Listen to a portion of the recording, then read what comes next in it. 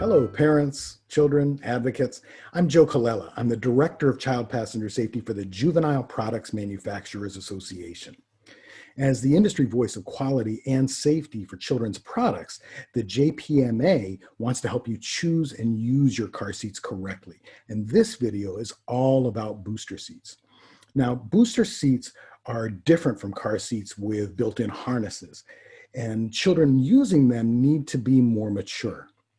Children in booster seats have more freedom of motion. They can move around like we do as adults in our seatbelts.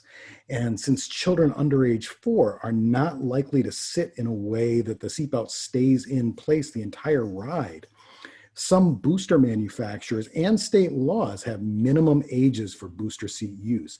In fact, that's part of the reason that the American Academy of Pediatrics, an association of 65,000 pediatricians, recommends that children ride in car seats with harnesses for as long as the instructions allow. When a child outgrows the height or weight limit for a forward-facing car seat with harnesses, the next step is a belt positioning booster seat used with the vehicle lap and shoulder belt. And this step is crucial because the vehicle belts alone don't typically fit a child until between ages 9 and 12. The booster acts sort of like an adapter, where it positions the child and it guides the lap belt and the shoulder belt onto the right parts of the body. The result is that the lap and shoulder belt work the same way for a child as they do for adults. Booster seats come in many forms, but the primary goal of each is the same: position the seatbelt on the child correctly. You can see in this drawing that the green seatbelt is low on the hips and is held in place by fully developed pelvic bones. Because children's bones are not fully developed until after puberty, the seatbelt can slide up to where you see the orange belt before or during a crash. And that means vital internal organs like the liver, spleen, and intestines can be seriously damaged. Booster seats don't change how the seatbelt functions, but instead they help to position the lap and shoulder belt on strong, bony parts of the body that are less likely to be injured.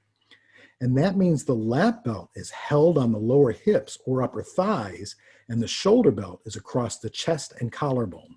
Much like car seats with internal harnesses, the vehicle seatbelt needs to be snug and flat and stay in the right position for the entire ride.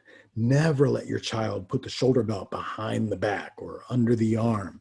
If the shoulder belt is uncomfortable, most booster seats have adjustments so that the shoulder belt can fit correctly. And if you've made the adjustments according to the manufacturer's instructions and your child is still trying to move the belts, you may want to consider going back to a car seat with internal harnesses. Most models go up to 65 pounds, and some go even higher than that. Follow the instructions and the labels for proper positioning and adjustment. This is important for any booster seat, and especially for those that have side impact protection features and other adjustments built in. As your child grows, you're probably going to need to adjust it periodically, so be familiar with the instructions and the features so that you can. Remember, your child's going to ride in a booster seat until the vehicle seatbelt alone fits correctly, which is usually between the ages of 9 and 12. So chances are you're going to have to make adjustments several times during its lifespan. Thank you for spending a few minutes learning about booster seats with me. The concept is pretty simple, and I gave you some tips. But remember that reading and following the booster instructions and the vehicle owner's manual are crucial. Crash injuries to booster-sized children are very common, and a correctly used belt positioning booster seat is the best way to avoid or reduce those injuries. I hope you'll check out some of the other videos and information posted here by JPMA, and in the meantime, safe travels.